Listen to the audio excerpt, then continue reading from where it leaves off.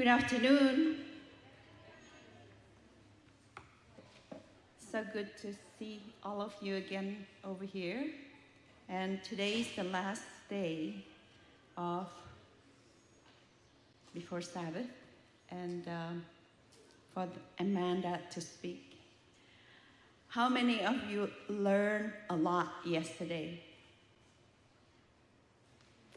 You know, I have heard the EQ before, but every time I listen, I learn a new thing. And the announcement is, I just want to thank you. Thank you. I feel truly this week God's name has been glorified. Why I said that? Because you see the cooking class, it's a big undertake. When we asked for help, you responded. And from the bottom of my heart and from the team, I want to say thank you very much, and God bless you. Let's bow our head for prayer. Father in heaven, we want to continue to follow you. Many times we fall. We want to have our own boundaries. Lord, a lot of time our boundaries are not good. Help us to stay within your boundaries.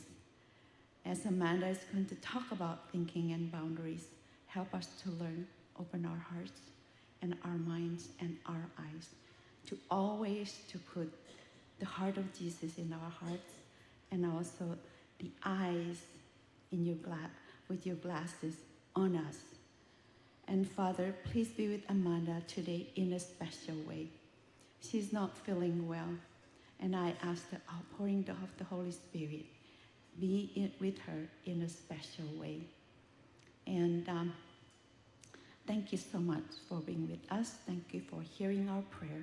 In Jesus' name I pray. Well, I don't think we need more introduction about Amanda. Come on up, Amanda.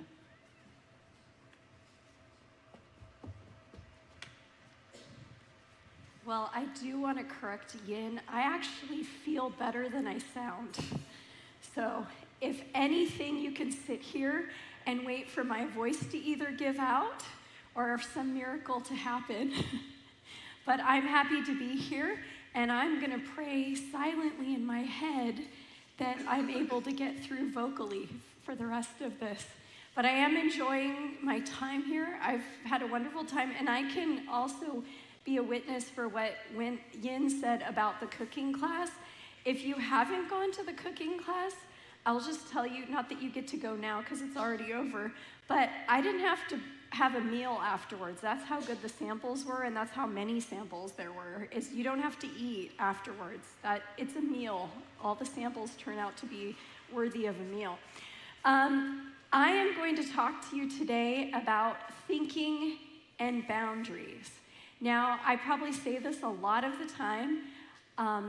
Everything I talk about is my favorite thing to talk about, but this is especially one of my favorite things to talk about because I find the majority of the people that I work with have some form of depression or some sort of form of anxiety that they're dealing with. And I find the vast amount of the people that I'm working with, this is actually the reason why they're dealing with difficulty with depression and anxiety. And if you know anything about depression and anxiety, those aren't just two diagnoses. It's not just depression and anxiety. Those are actually umbrella terms for many different diagnoses. So there are anxiety disorders, and there are depression disorders or mood disorders. And a lot of those, I find, this is the root. We don't have good boundaries. And where do we learn boundaries? In our homes growing up, in our schools.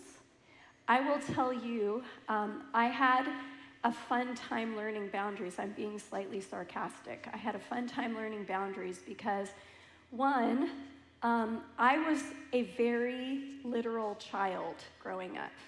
If you were talking to me on the phone and you said, "I'll call you later," I thought you were literally going to call me later that day. And so as a little girl, or seemingly little girl, not literally wait by the phone for you to call, but I would be anticipating your phone call later, because that's just how I was. I was pretty naive. And it wasn't until I grew up that I realized, sometimes people say things that they don't mean. Some people say they're going to do something and then they don't. And you get disappointed. And what do you do then? Well, sometimes a boundary is something that we need to set. And then years later, when I became a therapist, it wasn't my first job as a therapist, but further down as I was a therapist, I started working in a group home with at-risk teens. And I realized a lot of the kids that I was working with, they had learned how to be manipulators very young. And I believed them. They were very convincing until I learned that I couldn't believe them. And then I learned different ways to recognize whether or not they were telling the truth. And I'm very grateful and thankful to God, and this is something that I want you to think about, that sometimes God lets us go through difficult things so he can teach us about people. Because doesn't the Bible tell us that we're to be wise as serpents and gentle as doves? Well, sometimes we're not very gentle because we're afraid. We don't trust ourselves when people hurt us. And sometimes we're not very wise because we say, well, we let people do all sorts of things and we don't give them any consequences for their behaviors. And so I do believe that we actually honor and glorify God when he can teach us how to be wise and gentle. And so I want to help teach you that today too, how to be wise and gentle. So let's look at, what does boundaries mean? I used to hate this. When I was younger, I used to, sometimes a pastor will get up and they'll, have a title of their sermon, and they'll give that title, and then they'll say something like, well, Webster's dictionary says that this is what this means. And I used to go, oh, we all know what that means, don't we? And then I realized, no, we don't. Do you know, sometimes arguments get started because two people are using the same word, but they define that word differently. And sometimes people are using two different words, but they're defining them the same way, and they're arguing, not realizing they actually agree. But it's not until somebody goes, wait, I think what you're saying is the same thing as what you're saying. Why are you disagreeing? Well, we're using different words. Doesn't that make us different? We're not on the same. No, you actually agree with each other. You're just using different terminology. And so I do think it's important. And so when we talk about boundaries, it's important to understand, what does boundaries mean? I like to sum it up in one word: expectations. Now, when you have a fence between you and your neighbor, what does that fence tell you? This is my property. It stops right here. And your property continues beyond that point, right? Aren't those expectations? Do you want your neighbor hopping over the fence, drilling through the fence, cutting holes through it, and coming into your property and doing whatever they want? Not necessarily. Some of us are nicer than others. We don't care if a frisbee goes over, a ball goes over. We're happy to help. But it tells you what to expect. It tells you, I expect that I'm going to take care of my property, and I expect you're going to take care of your property, and this fence gives us a guideline. Otherwise, we don't necessarily know what that is. But do you know boundaries show up in other areas of our lives too? How about with children? What would children be like without boundaries? I think movies have been made about this.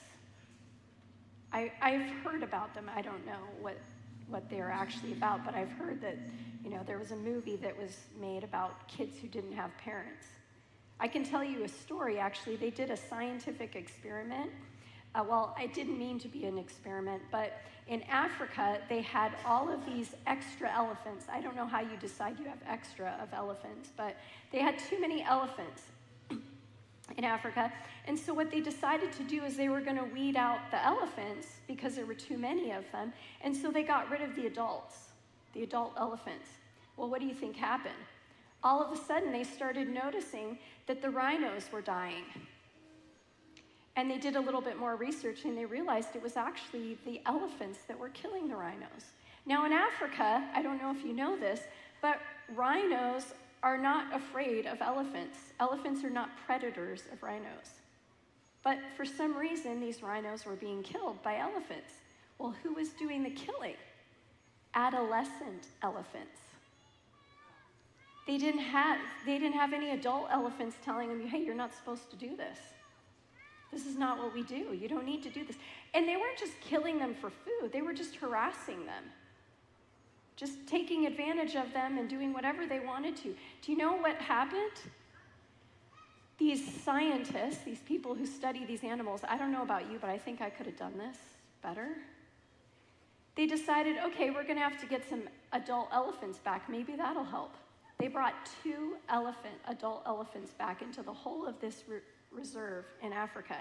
Do you know what happened? All the adolescent elephants stopped killing the rhinos. They only needed 2, and they were even female elephants. They only needed 2. Checked all the other adolescent elephants, and they stopped doing harm to the rhinos. How about kids? Those are elephants. What about human children?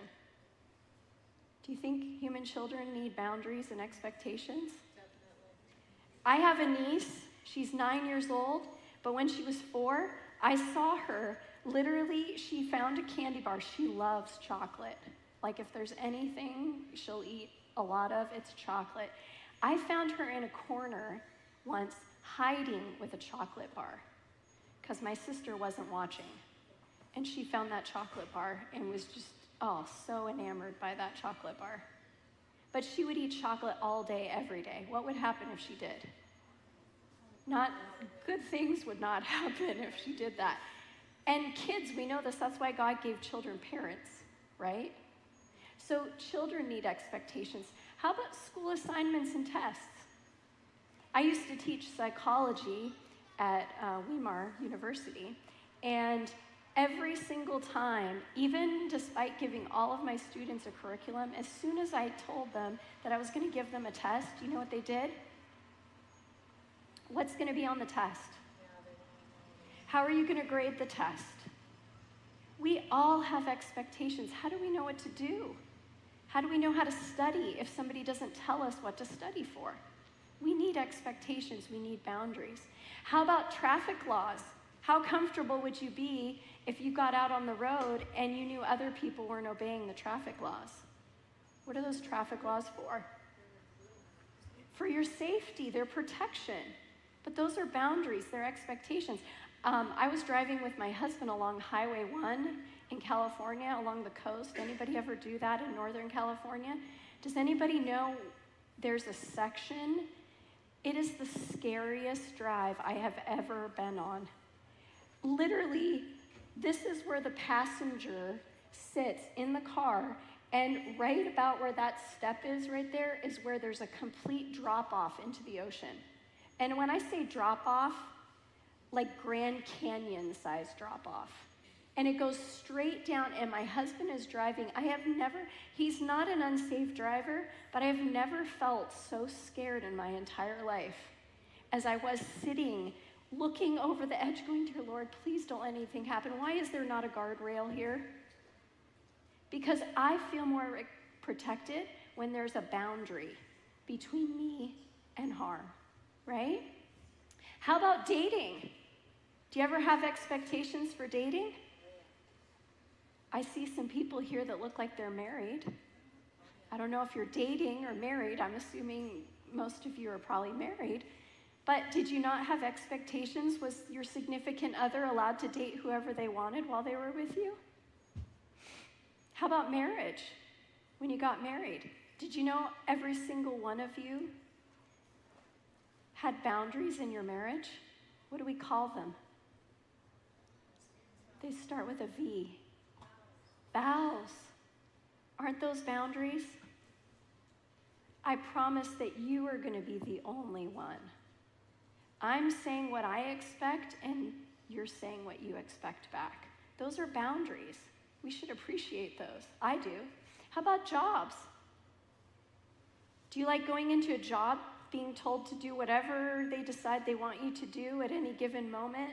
and not know, well, is this really my job or is this somebody else's job they're just wanting me to do? I appreciate when I get a job description, don't you? Yes. Otherwise, they can make you do whatever they want to. And how do I know I'm not doing two people's job for one person's salary? I like knowing expectations and having boundaries. And sometimes I've even had to use them. I had a boss once who told me, I used to work 7 days on call. That meant 24/7 I was on call when I was in the group home. And my boss came in and to one of our meetings. We took turns. There were 7 of us that took turns. So every 7 weeks I was on call for a week. And because of that week being on call, I got a day off to compensate for that. Well, my boss came into our meeting one day and found out that whoever had been on call that week that was reporting on all the things that had happened hadn't had to respond to any calls. So you know what he said? Well, why don't we just eliminate this day off thing, since some of you don't get calls during your time off or your on-call time? And I said, oh no. I didn't say it exactly like that. Just a second. I said, oh no. And I said, you know, I have actually missed a baptism in the past because I was on call and had to respond to somebody, a crisis situation at the group home. I regularly for a week took my phone into the bathroom with me every single time I went to the bathroom and to take a shower.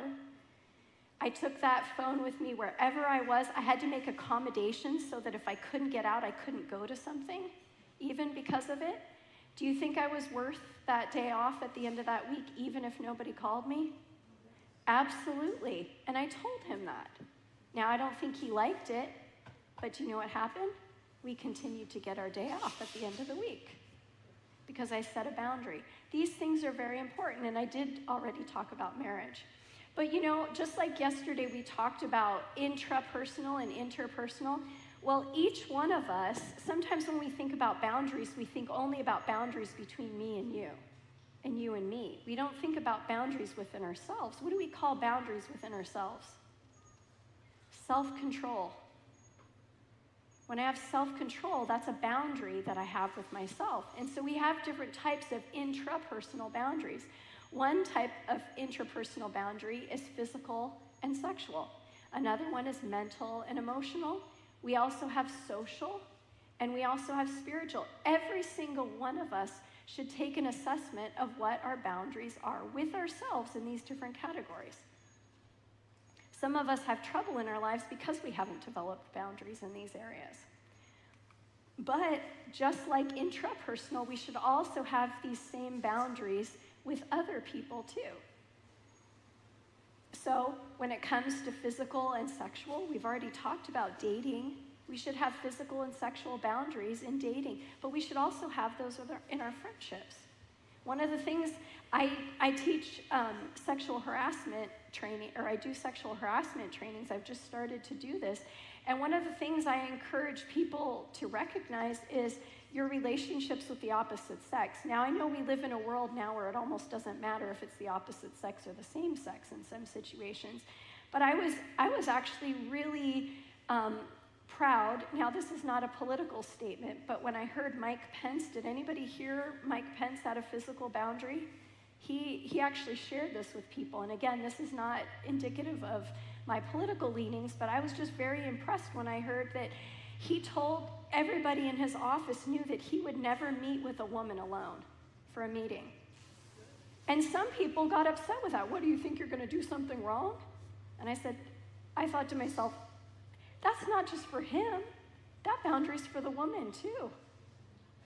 She knows, I don't ever have to worry about being in a room with just him and something happening. But vice versa, he never had to worry about a woman making a claim that something had happened because he was never in a room alone with a woman. And how could that be if he made that boundary? And so having physical and sexual boundaries, especially in this day and age when we have Me Too movements and things like that, we should have very strong boundaries. And I'm saying this to the pastors too, especially the pastors, because you can want to do God's work and do it with all your might and have a very contrite heart and a gentle spirit. But we live in a world where these things happen, and so we have to be careful. We have to have boundaries with people, no matter what your role is. And jobs are even making sure that people do this, but I think we can go a step further as Christians too. How about mental and emotional boundaries? What kinds of things do you consume in your head? I've always had a fascination with psychology, and I can tell you sometimes I'm interested in reading about things that are probably not the healthiest things for me to read about because I'm curious and I love how the mind works and stuff, but I've had to stop even looking up certain things that I know would affect me, would cause me to fear the world even more, to be more timid about who I'm around. I'm not saying that that I'm doing dangerous things, but I don't want to be afraid every time I leave my house because of what I'm watching on television that's feeding my fear, right? And sometimes it's the news, sometimes it's television shows and stuff that we consume, and we don't realize how they're breaking us down emotionally and mentally because we're consuming these things. How about socially? You know, sometimes I can't be around people all the time because I just need to get my sleep. I spend 9 hours with people, hearing their problems all day, every day, and I love doing it. But I have to take time away from people in order to recoup and rejuvenate so that I can be around people the next day. And sometimes I have to say no to people, and I hate saying no, but I know it's the only thing I can do to make sure I'm able to do it the next time I'm responsible. And spiritually, too, we should have spiritual boundaries. Our number one spiritual boundary should be our time with God. Do we set apart time in our day to spend time with God? And I'm going to get into this more, but remember I said yesterday, and we've been talking about this all week, our boundaries, I find it's not just can I implement a boundary or do I know how to implement a boundary?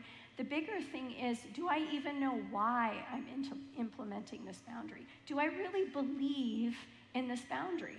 And so for all of us, we have to know what we really believe about boundaries in order to be able to implement a boundary in a healthy way. So I'm going to go through some common statements that I hear people say that keeps them from having boundaries with people in healthy ways when they need to be had. The first one, I hope you can see this. Boundaries are mean. Are you ever tempted to think boundaries are mean? I hear no, but I know better. I talk to people all the time, and sometimes people say, well, I don't want to do that because what if they think I'm being mean? And so I like to ask the questions, are boundaries really mean? Are they really mean? Is putting a fence up between two homes a mean thing to do? Is giving your employee a list of job expectations and then asking them, hey, I notice you haven't been doing these. Is that mean? What happens if you don't confront them if they're not doing those expectations? Somebody else might be having to do more work. Isn't that mean? Isn't that unkind? Isn't it unkind to a company that's paying you for a certain amount of work not to do the work that they expect you to do? I like to tell people, and I want you, if there's nothing else that you learn from this afternoon, it's that healthy boundaries are healthy for both parties. There's no such thing as a healthy boundary that's only good for one person in the party. Healthy boundaries are always for both people or both parties represented. So the second thing we want to ask is, how do boundaries actually help others? How might this boundary actually help another person? I could have my kids say, oh, Mom, you only want me to clean my room because you're just so super picky about your rooms being all nice and clean and everything like that. You don't really care about me. You just care about how clean the room is. As a mom, is that the only thing I care about? No. I want my kid to grow up and have the greatest potential for the best roommate in the future or the best spouse in the future. And if they don't clean their room, what's going to happen? If they don't learn to keep their space tidy, what's going to happen? Well, slops might be okay with living with them, but is that the best that they could do? No. So boundaries aren't mean. Boundaries are for my kid no matter what they say. Am I confusing how I or the other person feels with what is actually mean or unkind? The second thing I want you to remember is facts don't care about your feelings. I'm going to touch on this later too. But just because I feel a certain way doesn't mean my feelings are an indication of how things are. We call that emotional reasoning. And a lot of us do this. We get stuck in our feelings, and we forget to look for the facts. We forget to look for the evidence. I think Katie probably talked to you about this. I wasn't here for the first 3 days that she was here. But when I want to look to see if something is true, I have to look to see if there's evidence to support it. And I've had people tell me before that I was being mean, or I've even had people suggest it just by saying, wow, I can't believe you said that to that person. And I would say back, said what? Well, you said that you didn't want to do that, or that you wouldn't do that. And I would say, what's wrong with that? Well, I don't know, but I couldn't say that. Do you know what? Sometimes saying it myself gives someone else permission to say the same thing later when they need to say it too. So it's actually one of the kindest gestures you can do is to stand up for something and do it when it's the right thing to do, even if you feel bad for doing it. You know what? You will feel bad sometimes. That's okay. But you'll have a clear conscience. What's better, feeling a little bit guilty or having a clear conscience? I always say a clear conscience is the softest pillow you can sleep on. And sometimes I go to bed and I think, oh man, should I have said that? And then I do a little thinking in my head and I go, okay, what I said was right. I know based on this, this, and that. And so even though I don't feel good about it, I know I did the right thing. And I'm going to wait for my feelings to catch up. Don't you think that's helpful? Yes. Absolutely. How about if the other person doesn't like my boundary, I should change it? No, you guys are getting smarter just by being here all week. I can see. No, don't do that. Don't believe that. But sometimes this is true. How about when maybe your kid says, I hate you. You're the worst mom. You're the worst dad ever. Or somebody even says you're being selfish. I'm tempted to believe that sometimes. Well, maybe I am. I'm supposed to be a good Christian, and I'm supposed to be kind and selfless, and they're calling me selfish.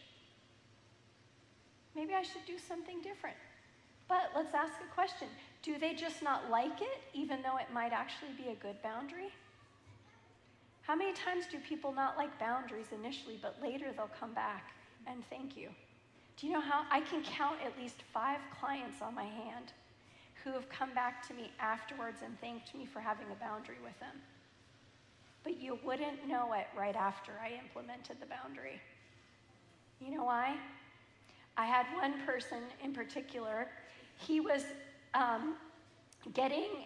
going through a divorce, and I had tried to help him, maintain the relationship with his wife initially, but she decided that she didn't want to have anything to do with him after all. And, I don't think people are perfect, but I didn't think it was that big of an issue that they should actually get divorced over this thing. And he wanted to do the right thing, and he wanted to stick it out even if he was suffering, but she didn't want to stay married to him. And what was he to do? He prayed about it. He spent years waiting for her to come around, and she finally signed the papers and didn't want to have any, she moved out and everything. And do you know what his friends told him? You just need to get into another relationship so you can forget about her. What do you think I said to him? I said, please don't do that. I said, please don't do that. Your friends want to be nice to you. They want you to think that they're being supportive, but that's not what you need right now. You've gone through a lot in the last several years, and this is not the time to get into a relationship. You need to unpack some of that baggage that you've been, building up over time, and you need to process it before you do anything in a relationship. And he got really upset. He didn't like that. He got really, really upset. Ugh. Fortunately, it was about the end of the therapy session, so he got up, he stomped out, and I said, please, just hear what I have to say. Don't make any decisions right now. Just think about it. And he stomped out of my office, and I thought, oh man, I've just lost a client. He's not coming back. Well, I ended my day, and I was still thinking about it, and I was reeling.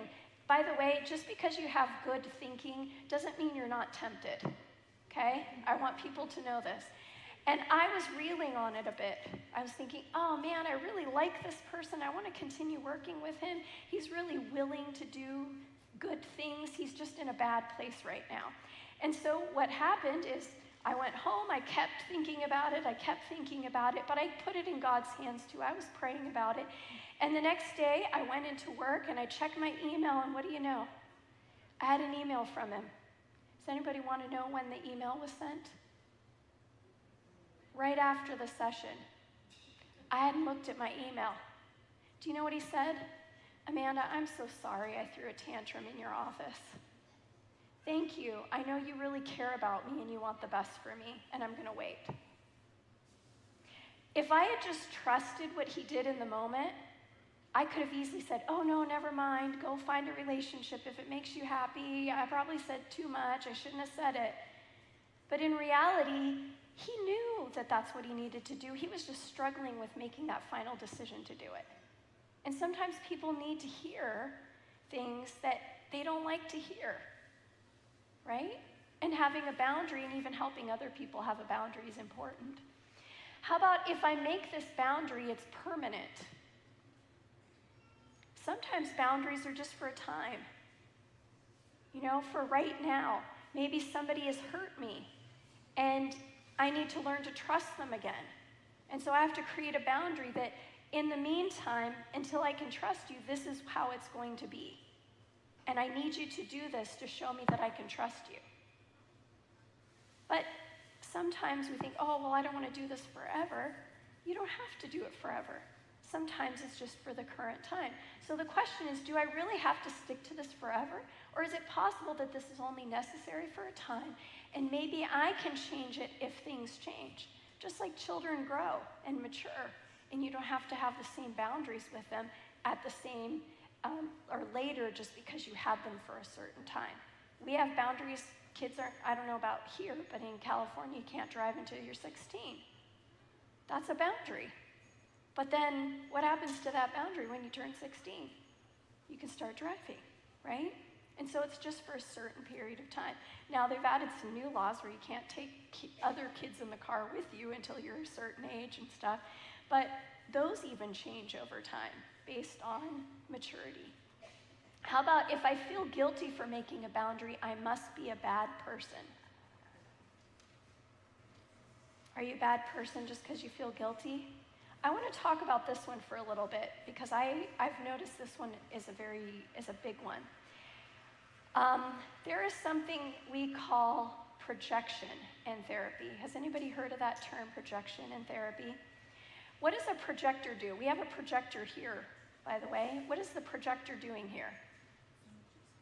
It's taking a small picture that's either on the computer, sometimes it can even be your phone, and it blows it up and it puts it up on the wall, right? This is very similar to projection in psychology. Projection means I have certain qualities about myself that I don't like, but maybe I'm uncomfortable admitting it. Maybe I'm selfish. So instead of admitting that I'm selfish, I'm going to make you feel selfish. I'm going to make you feel selfish. I'm going to put that selfishness on you. So I find a time when you're doing something that maybe, say for instance, everybody in here gets a nice cold, I shouldn't say this when we're all hot, but say I give you all a nice cold glass of water, juice, something that you really like. And I guzzle mine down and I say, I want yours. And you say, well, I really want to finish this. This is mine. And I say, well, you know what? You're being selfish. You guys answer better than some of my clients do. You guys must be like that far ahead of them. I love this. No, I'm hearing some adamant no's. Go for it. Yeah, but what if I say, you know what? You're supposed to be a Christian and you're supposed to share. And how come you're not sharing with me? Doesn't that feel ugly and gross? Yeah, you had yours. That's what I heard. I did have mine. Now, I would never do that. But sometimes people do this to us. They project their own unkind characteristics on us, hoping that they won't have to deal with them. And here's the thing. We have another term. It's called projective identification. As soon as you identify with being selfish for not giving me what I want, that means you are now identifying with the projection. And I've got you right where I want you. Because you'll give me anything right now, rather than be called selfish. But really, who's the selfish person here? It's okay, I am. I'm being selfish because I'm asking for something that's not mine. Now, here's the deal. As soon as you identify with the projection, you are taking the responsibility off of me to deal with that un-Christ-like characteristic. And you are taking it on yourself so I don't have to deal with it. But do you know how many of us have learned to do this? Maybe our parents told us we were selfish if they didn't get whatever they wanted. Maybe a teacher or somebody in a position of authority told us this. I see this happen sometimes with sexual abuse situations. We call it grooming. That person will say whatever they can to get you to agree that they are still a person of authority and deserve to be treated as such, even though they're taking advantage of another person, and that might be you. And I see people take the responsibility, oh, I must have done something wrong that they did this to me. Is that true? No, not at all. And even if you feel guilty, that's not accurate guilt.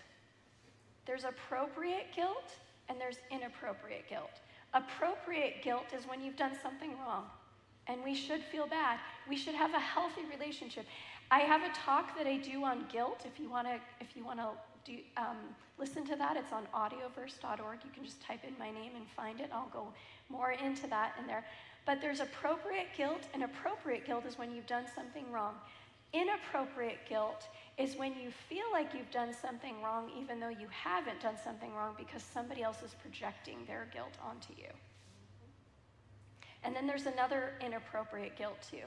And that's when Satan convinces you that you cannot be made whole after you are guilty, and that you have to hold on to that guilt forever, that guilt and that shame forever. But he who began a good work in you is faithful to complete it. And just because you've done something wrong, please don't let Satan convince you that you can't be made whole or that you aren't whole after you've confessed your sin and made it right. You can walk freely from that place and go forward. But that doesn't mean you get to go do it again. Otherwise, that's appropriate guilt. But inappropriate guilt is in two forms. When we believe that we're guilty for something we haven't done, and when we believe we can't be made right when God promises to make us whole.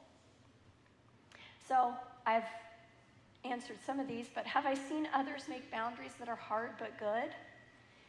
Are my feelings accurate to what is happening? And maybe I feel guilty because I'm just not used to setting boundaries yet. Do you know sometimes that's a reason we don't feel good about boundaries?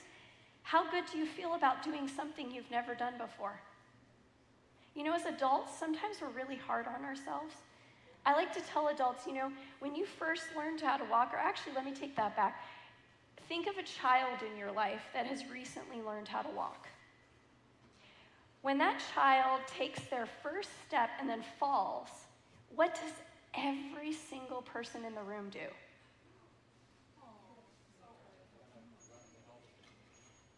That's not what they do. I'm hearing the wrong answer. Yeah, you just took a step. Oh my goodness. Oh, did you see? He just took a step. Isn't it wonderful he's walking? walking? He took a step and fell. But what do we do when we're adults and we try something new and we fall?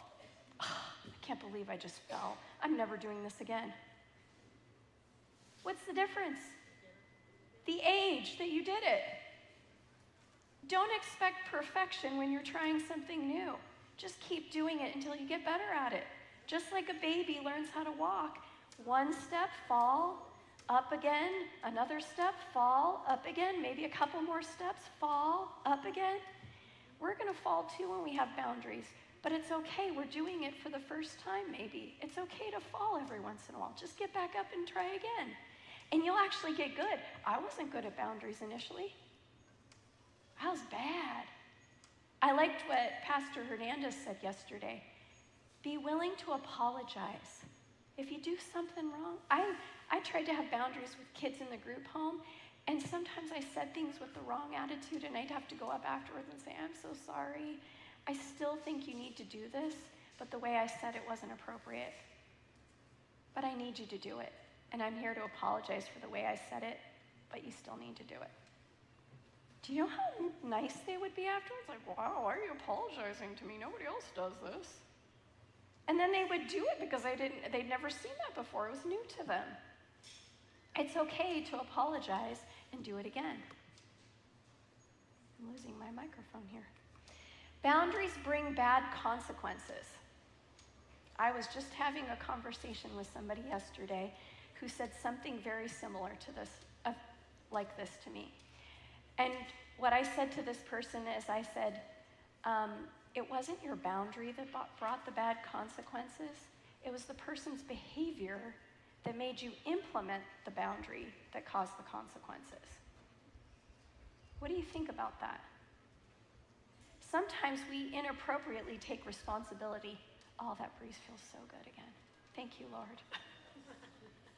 Sometimes we take responsibility for the consequences when we didn't start the chain of events. And sometimes we'll inappropriately say, oh, I'm the reason. I told this person they couldn't do it. Now they're all angry at me and angry at everybody else, and now it's causing this big to-do. Well, that's not your fault.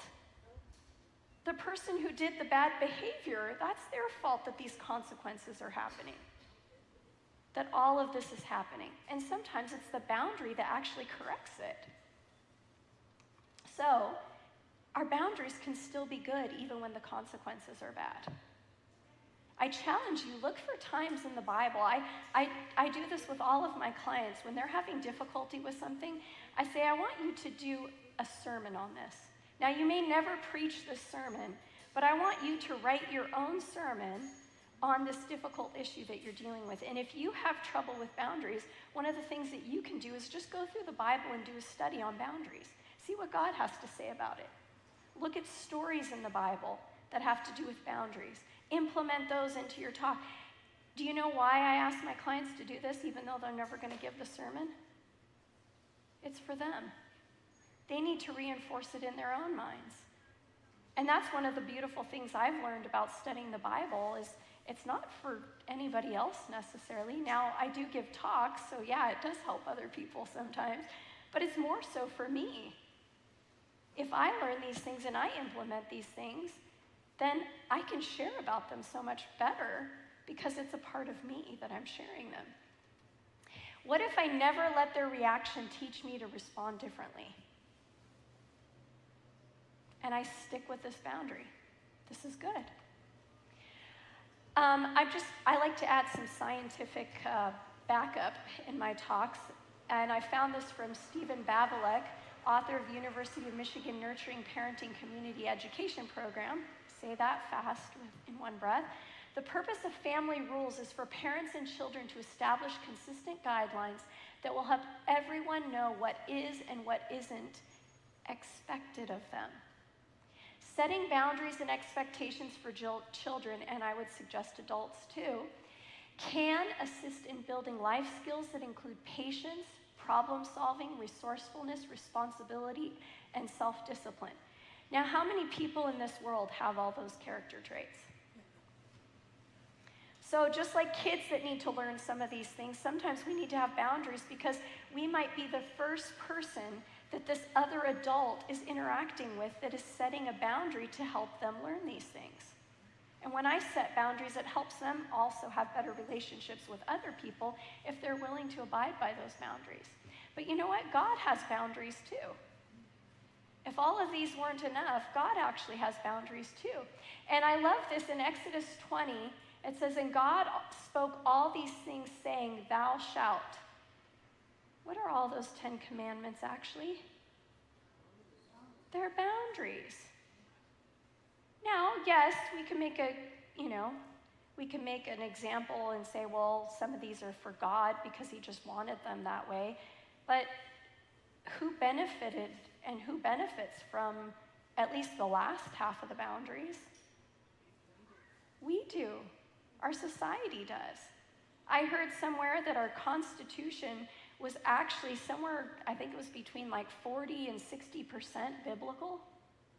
There are exact phrases taken out of the Bible and put in the Constitution. The Constitution is a boundary, right?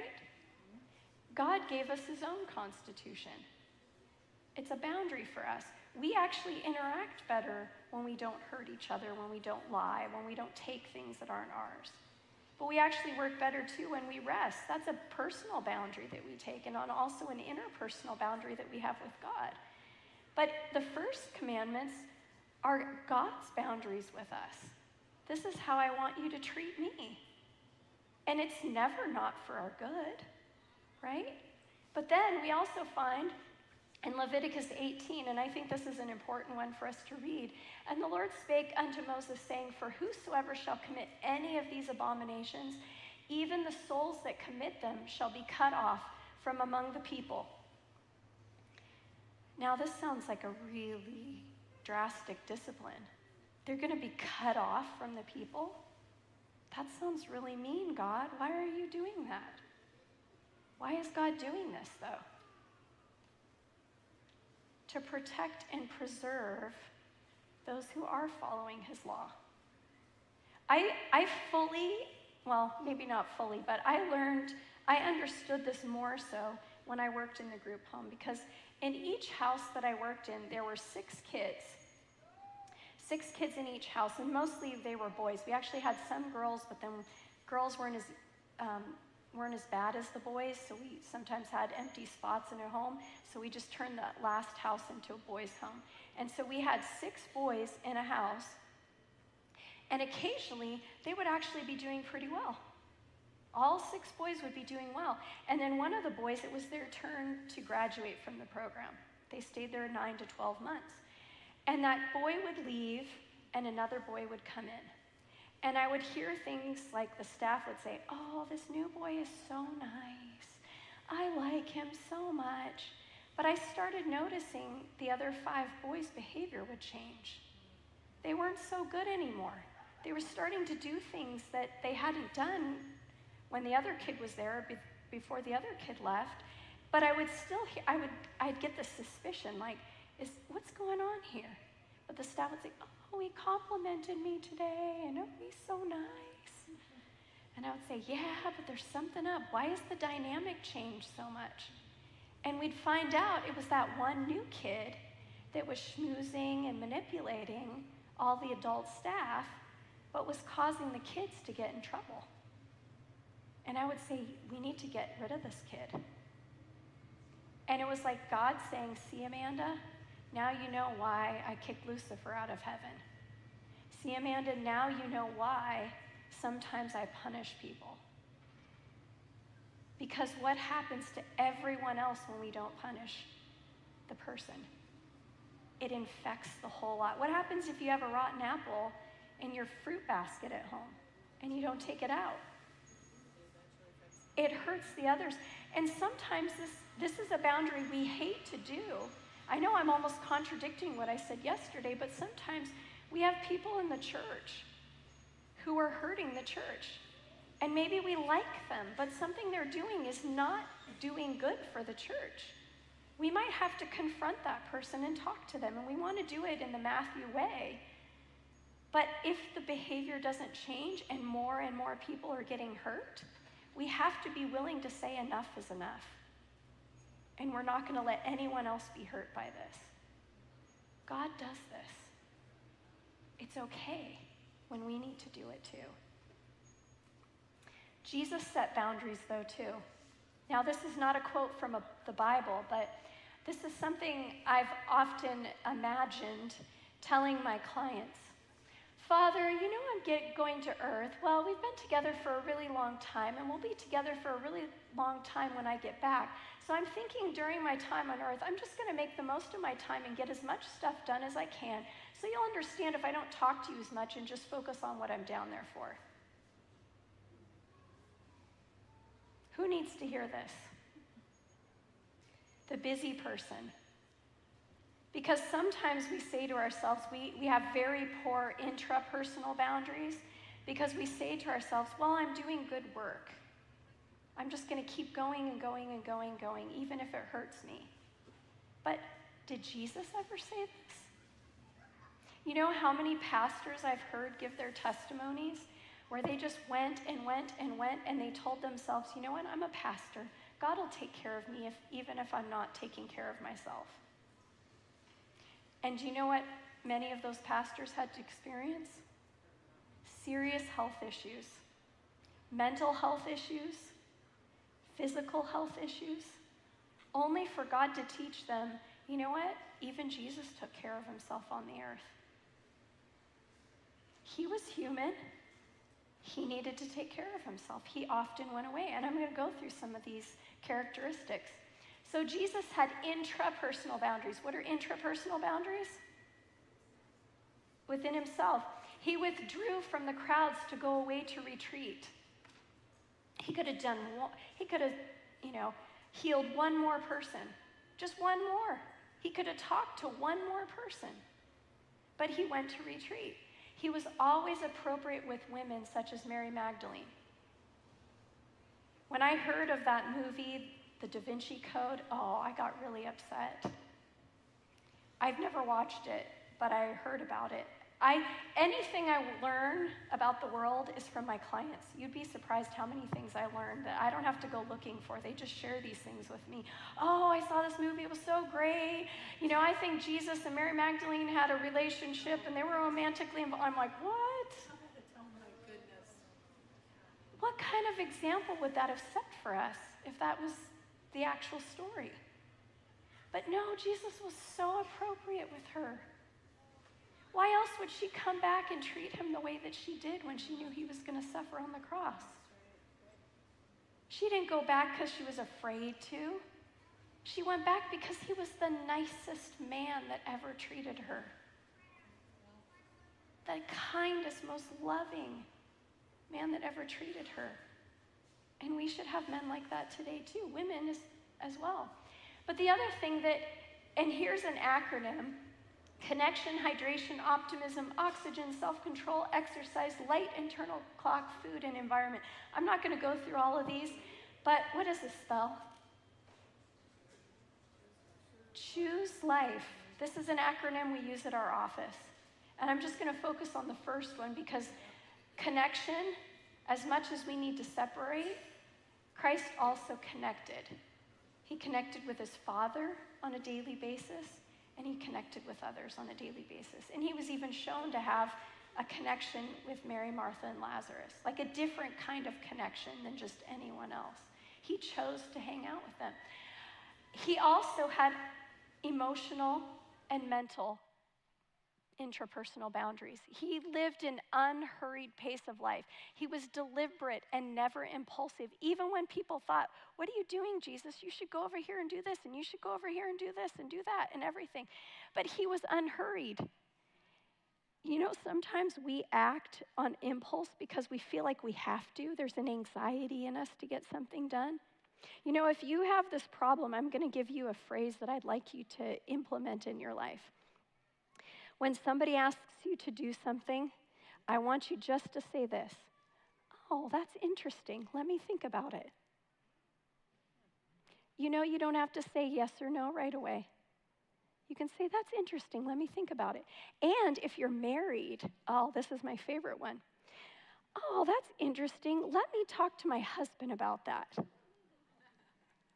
It makes you look like you're really considerate of your spouse and you're just buying time.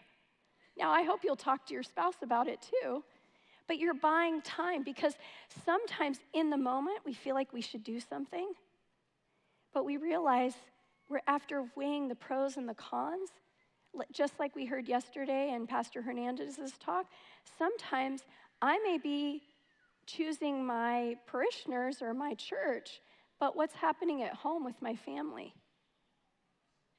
And I don't want to necessarily do more when my family needs me. There's something going on in my family, maybe my children or something like that. And it's okay to choose. You're always, do you know that term FOMO? Have you heard that? Fear of missing out. Do you know you're always missing out? That's the most ridiculous thing I've ever heard, FOMO, fear of missing out. Do you know being in here, you know what you're missing out on? Anything that's outside of this building. But if you're outside of this building, you're missing out on what's happening in here. When you're married, you're missing out on being single. When you're single, you're missing out on being married. When you have children, you're missing out on sleep. And when you don't have children, you're missing out on hearing, "Mommy, I love you." You're always missing out. You just get to figure out which one you want to miss out on. It's so much easier that way. Don't live a rushed, fast pace of life just because you're afraid. Be afraid of doing too much. I like JOMO better, the joy of missing out. There are just some things I don't need to experience. It's okay with me. Even sometimes people will say, "Oh, you should go on vacation more." Do you know all my vacations are surrounded by speaking engagements practically? I get to go on some cool trips, by the way. But I never have to plan my vacation because I just go wherever I'm going already for speaking, and then I add a day or something onto that and get to sightsee. And people say, "Oh, don't you wish you went on a vacation?" Don't feel bad for me, by the way. This isn't a martyr story. And I say, when I get to heaven, am I going to look down at this earth and go, "Oh, I wish I went to the Maldives"? No, I'm in heaven. Nothing's going to compare to that. I'm not going to look down here and wish I had done something. It's all going to be burned up anyway. So don't fear missing out on stuff. And Jesus wasn't worried about missing out on stuff. He was worried about not doing what God asked him. He protected himself by focusing only on God's will for his life. Isn't that important?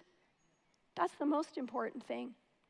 And socially, he spent time with Mary, Martha, and Lazarus and his disciples. He had a crew that he spent time with.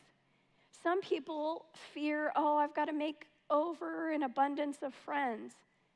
Do you know most people don't even have one good friend? Just focus on having a few close people around you or one or two close people around, even your spouse.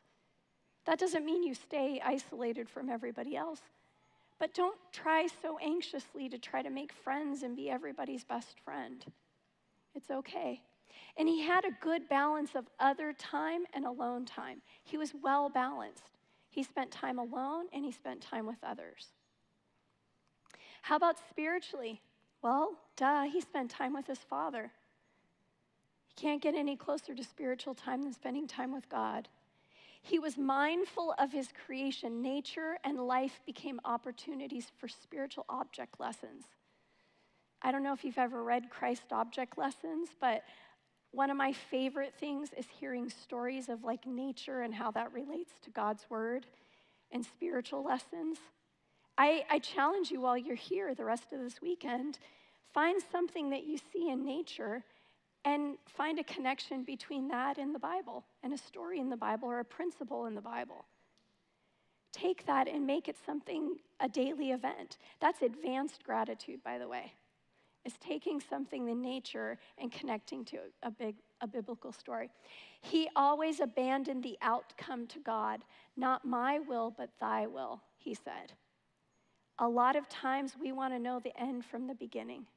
I love Hebrews 11 for that. I don't have to know the end. I just have to know, is right now what I'm doing in line with God's will? and whatever happens will happen. I love the story of Joseph. I have another talk called Diamonds in the Rough if you want to find it on, I believe it's on YouTube. And I love how Joseph just did whatever was the right thing. I actually like stories of people who do the right thing in the Bible too. I know people like stories of people who do the wrong thing and how God gives grace, but it's also nice to hear a story of somebody doing the right thing, every once in a while. And I love the story of Joseph because no matter what situation he's in, he leaves the outcome to God. And then my favorite, well, it's not my favorite, it's one of my favorite verses in the Bible, is Genesis 50, verse 20. What you meant for evil, God meant for good. I don't have to determine the outcome when I'm doing something. I just leave it up to God. As long as I know I'm doing the right thing or I've done the right thing, the rest is God's. I don't have to worry about it. He lived according to prophecy because he knew prophecy. A lot of us say, why is this happening to me? And the Bible clearly says these things are going to happen to us. That's a prophetic statement. You are going to have trials and tribulations. But if you read the Bible, it's not surprising when they happen, especially if we haven't done anything wrong. And he lived by it is written. Anytime he was tempted or challenged, he always said, it is written, thus saith the Lord. Physical and sexual, he had interpersonal boundaries. He said no to inappropriate behavior, lust, adultery, etc. We even find that in the commandments, and he often quoted the commandments. He walked away from abuse. Did you know you can walk away when somebody's abusing you because Jesus did so? Now, I'm not talking about the cross. That was prophetic. He knew he had to do that. But before the cross, he did actually walk away from abuse. There were crowds trying to kill him, throw him off a cliff. And he exited quickly. You don't have to stay and endure something that God's not calling you to endure. You can walk away from abuse. That is a boundary that you can set. Sometimes taking the abuse is actually giving the other person permission to sin and continue to sin.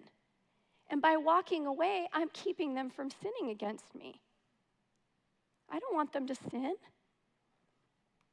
Mental and emotional, he didn't personalize things.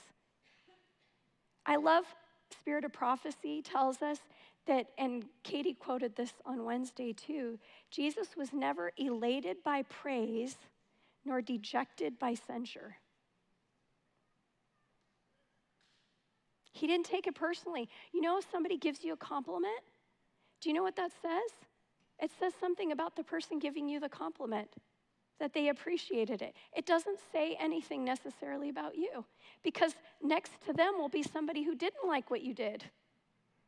Right? How do you choose? Do you know, I had a boss who told me once I was a horrible communicator. You know why? Because he misunderstood an email I sent to him. How easy is it to misunderstand an email? Do you know how long he misunderstood my email and gave me a hard time about it? 2 months. 2 months, he gave me a hard time and told me I was a poor communicator. He even challenged me to go ask my friends if they thought I was a poor communicator too. And I thought, oh, what do I do? I don't think my friends are going to say that. My friends are far too nice. And you know the funny thing is, I did ask them and I felt ridiculous doing it. He told me to, so I was like, okay, well, I'll do it just to see. But it was embarrassing to ask them that. Do you know, I had a totally unrelated situation happen that same week. A lady came up to me and said, you know, you're such a good communicator. And I thought, well, now who do I listen to? Because what people say about you is more about them than it is about you. Because even the most ugly comments about ourselves, even if there's some truth to them, maybe I have done something wrong, but did they need to say it that way? No, not necessarily. So it often says more about them than it says about me. I don't have to personalize these things. I take them to God and say, God, is there any truth in this? Show me my ways and make me right before you, and everything else, that's just something they've said. He wasn't manipulated. in the wilderness. Not just the wilderness, but he wasn't manipulated. The reason being, he was in line with God's word. And so many of us are confused today because we don't have God's word hid in our hearts. When we have God's word hid in our hearts, when we're memorizing scripture, when we're reading it daily, it becomes quite obvious sometimes what people are saying is manipulative. And then he didn't reward pride. Socially, I'm realizing I'm out of time. Socially, he was pure in speech and decorum. His yea was yea and his nay, nay, and he was honest with the rich young ruler. So, I want to, and spiritually, sorry. He overturned the tables. Sometimes it's appropriate to overturn some tables. I'm not going to tell you when, because there's too many examples of that. But his miracles were always to honor God. They weren't to glorify himself, and God's approval was most desired to him. Now, I'm going to leave you with a short summary of this. So, this is a book that I would recommend that you read if you haven't read it yet. There's boundaries for everything, by the way. This is just the generic one that they've written, Henry Cloud and John Townsend. But there's boundaries in dating, boundaries in marriage, boundaries with teens, boundaries with children. There's boundaries in Spanish. And then there's Beyond Boundaries, another book. And then there's another book that I really like too. It's called Safe People. Some of us don't know what safe people look like because we haven't been around a lot of them. And so if you have trouble knowing what a safe person looks like, that's a good book for you. But as you start to implement your boundaries, I want you to think of some principles. One, know what you value. You're going to have to sit down and consider mentally and emotionally what's important to me, spiritually what's important to me, socially what's important to me, physically what is important to me. You will never have good boundaries if you've never sat down to understand your values. Spirit of Prophecy tells us we should be mindful. Now, there's a secular version of mindful and there's a spiritual version of mindful. Secular mindfulness is sitting down and clearing your mind of everything and all, or focusing on one word. But spiritual mindfulness is what David talked about when he said, God, show me my ways, show me what I'm doing, create in me a clean heart and renew a right spirit. Well, how do you do that if you're not sitting still and paying attention to what's important? And so that's what we need to do too. I have to know what my values are because that's essentially what I believe. And once I believe in something, then it's easier to act on it. So the next thing we do is make a plan and write it down. Write down those things. There's something truly miraculous that happens when you write something down. I used to tell my students, don't type your stuff out. I know it's tempting with all the technology that we have, but research shows that there's something wonderful that happens in your brain when you actually handwrite things out. And so write it down, those things that are important to you, so you can actually see them on paper. It manifests them in a much more clear and concise way to you when you see it on paper. It makes it real. It's not just some imaginary thing in your head. And then once you make a plan and write it down, be direct with the person. You don't have to use lots of words. Ladies, I know sometimes we like to explain and then explain again and over-explain and everything.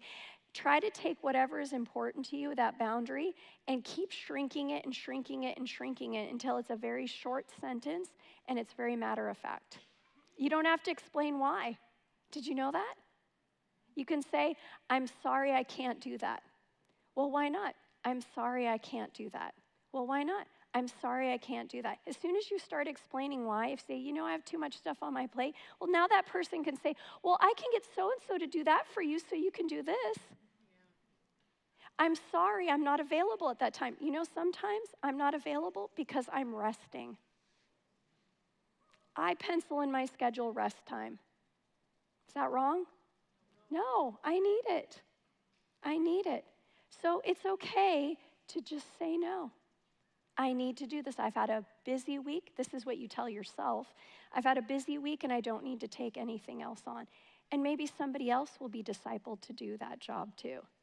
I know some of us like to do everything in the church and we like to do everything at work, but you're actually taking away the opportunity for discipling other people to do those things too. I know you can do them better, but just like your 3-year-old, they've got to learn sometime, so it's okay. So be direct, and you have to enforce it. This is the biggest problem I find with people. They have boundaries, but they don't know how to enforce them. How do you enforce a boundary? There has to be a consequence of it. If you don't have a consequence, you're just nagging all the time. Stop doing that, stop doing that, stop doing that, stop doing that, stop doing that. Why? Stop doing that. How many times do I have to tell you, stop doing that? What's going to happen if I don't? Have a consequence. You have to enforce it. So you have to enforce again and again and implement the consequences for it. If there are no consequences, what's the incentive to do it? And parents, I will tell you, as long as you are paying for things, as long as you're driving, you have more power than you realize. I've heard people say, my kid will only eat chicken McNuggets. And I'm looking at the kid, I'm going, I believe that kid's about 4 years old. Now, how does that kid get to McDonald's and buy chicken McNuggets for themselves? They don't have a job. They don't have any money. They don't have a car. I don't know what to do. My kid just won't eat anything else. Do you know kids will not starve themselves? They're not that smart.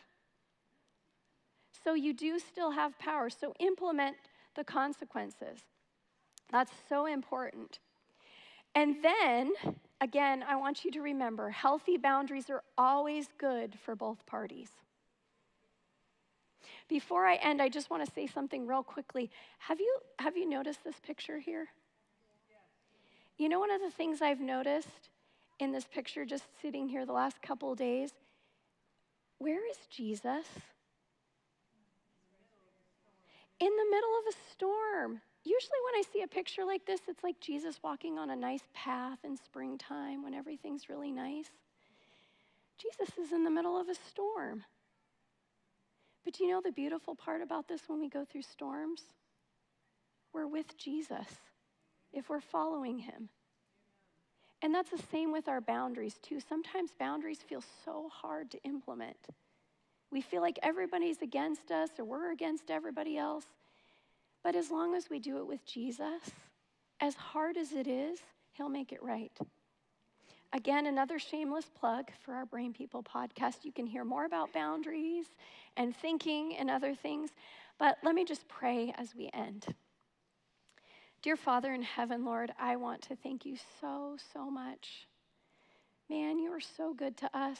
You love us so much, and in your word, it gives us everything that we absolutely need. Sometimes we're just really dumb, and we can read things, and because of our backgrounds, we don't comprehend them. But Lord, everything is actually there. So Lord, please help us with our minds, clear them of all the cobwebs of lies and deception that we've believed that Satan's thrown at us, and help us to understand your truth. Help us to understand that your truth is the only truth. And we can abide in that truth and be happy and healthy and whole with you. So Lord, as we consider following you, help us to understand that you have boundaries. Jesus has boundaries. And in his name I pray, amen.